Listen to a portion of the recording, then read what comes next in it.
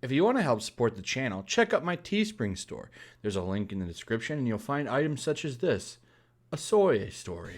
So I haven't talked about stuff like this in a while, but I think it's time to come back a little bit. Some of these things are worth talking about, particularly something like this.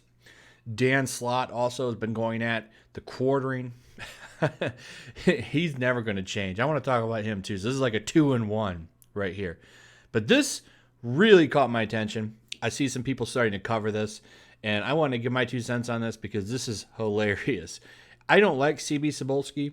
I think he's a coward, and I think he's a spineless leader. He's a terrible leader. Terrible leader. And this is a good example of how spineless he is. So I think about 2 years ago, CB Cebulski came in, became the editor-in-chief at Marvel Comics, and everyone was going crazy. Oh, he's going to bring changes. It's going to be so much better over at Marvel Comics. Nope, that didn't happen. I kind of saw through him right at the start.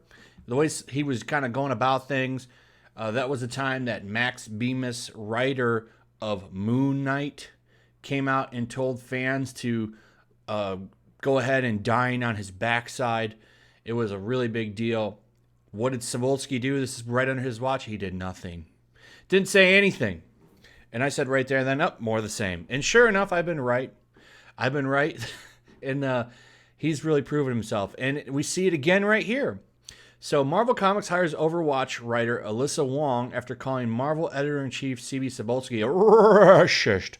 Now, this is really funny. So this is a long time ago, but if you remember, there used to be Marvel manga and stuff, and I believe Akira Yoshida, aka CB Cebulski, was kind of the dude writing a lot of those comics. And why did he do that? Well, he used a pen name because he was writing for those markets, and it will sell better under that name. So because he used the name Akira Yoshida, he got all kinds of slack from the NPC, which really shouldn't be it shouldn't be a surprise to anybody that watches my content that would happen. They went crazy. She was one of them. She was slagging him off all over on Twitter, calling him all kinds of really nasty things. And so what's CB Cebulski decide to do? What's his big masterstroke? Well, he hires her. Is this true? Yes, it's true. This man has no dick. All right, so let's go over this article a little bit, and then we'll switch over to Danny Slott. So it starts here. Greg Pak's like, you know that brilliant writer I've been telling you to follow? Well, she's co-writing Arrow Wave stories with me in the Arrow series, starting with issue number 2. Check out the interview.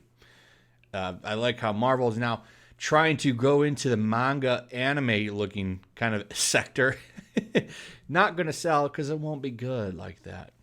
No one wants to see anime or manga where the characters fight for NPC values. No one's looking for that. That's why they go to anime and manga, because they're explicitly not looking for that at all. They don't want that. They seem to think that'll work, like that's going to Trojan horse them. Someone will walk in and say, wow, that looks like manga. They'll pick up the first issue maybe. Then they'll read it, and then they'll promptly probably put it in the trash where most Marvel comic books belong, to tell you the truth. So as we documented, November 27th, Wong attacked CB Cebulski, and after he revealed he had written under the Japanese pen name Akira Yoshida. In a deleted tweet, Wong wrote, W. Privilege is participating in literacy Yellerface, writing under an Asian pseudonym to lend authenticity to your fake Asian stories and advance your career while getting to dodge the racism that Asian folks face every day. She would add, we've seen this S before. It all boils down to the same racist Oriental BS. F you, guy. She openly says, F you, guy. And he's like, hired. Get me that woman on the phone. So, as you can see here, there's a bunch of tweets that she made. She pretty much trashed him for a while. And now he's just like, well, breaking into and staying in comics in any capacity is just as much about attitude as it is about ability. Probably said that as he was preparing the coffee of his assistants. Because make no mistake, this dude does not have any power. I don't know what he does. Maybe he's just a puppet or something. He's a complete buffoon, moron.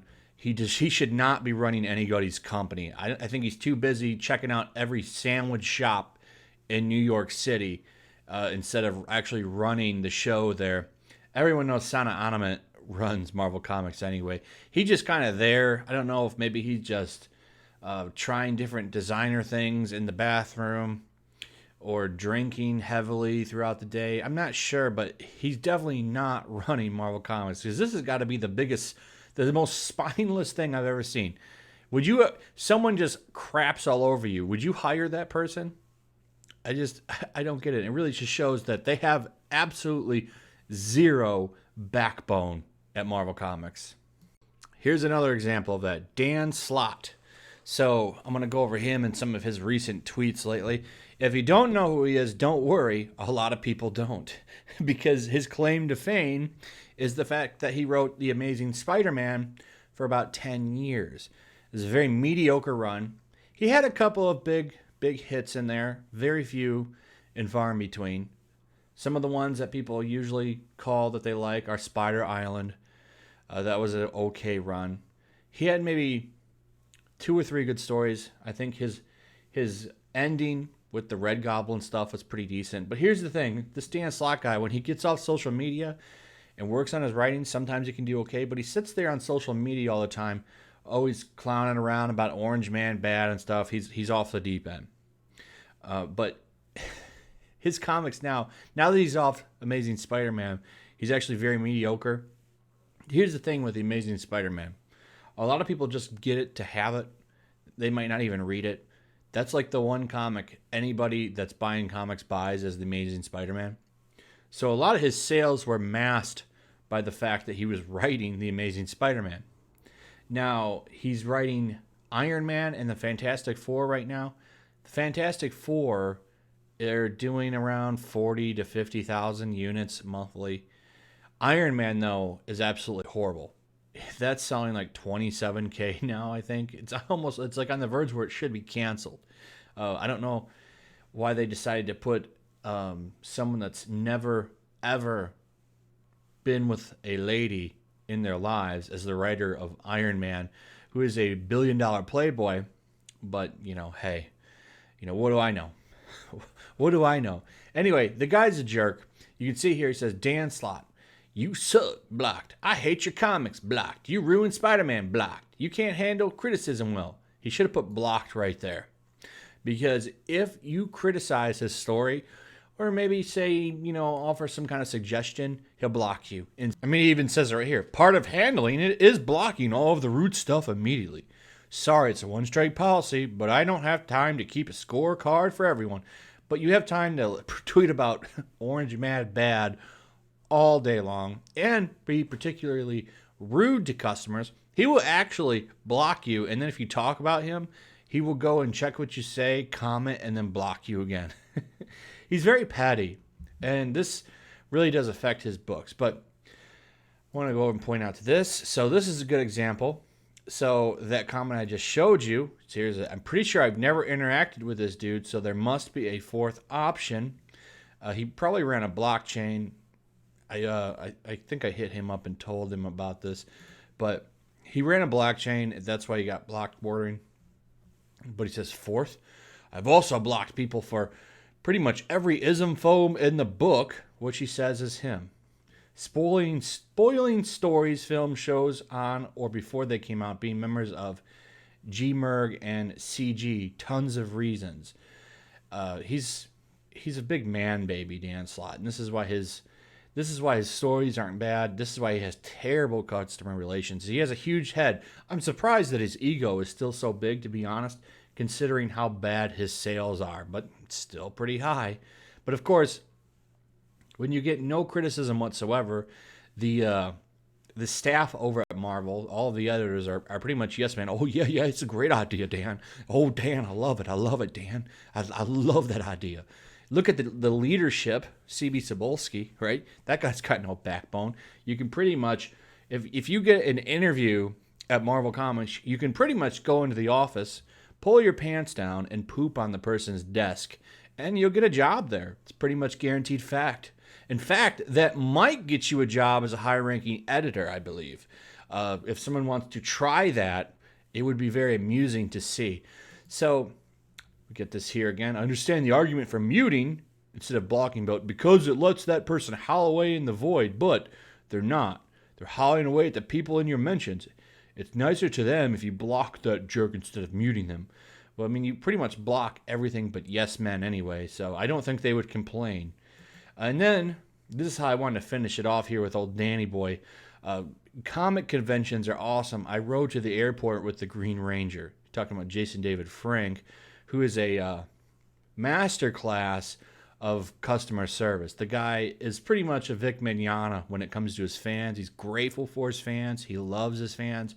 A lot of similar stories about him, having lines that go for hours, and he will stay and make sure everybody gets to meet him. He's a really nice guy. You should have asked him how you could be less of a jerk. That might have been good advice you could have got from Jason. So nothing's really changed over there. But I thought these are really funny, just showing how spineless the people in this industry of comic books are.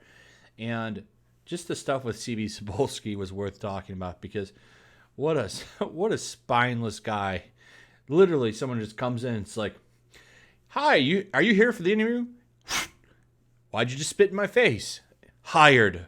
It's just, what a joke. This guy's a joke too. Guy, a Marvel Comics employee can just sit there and just say whatever he wants to people, treat him like poo-poo, and that's fine as well.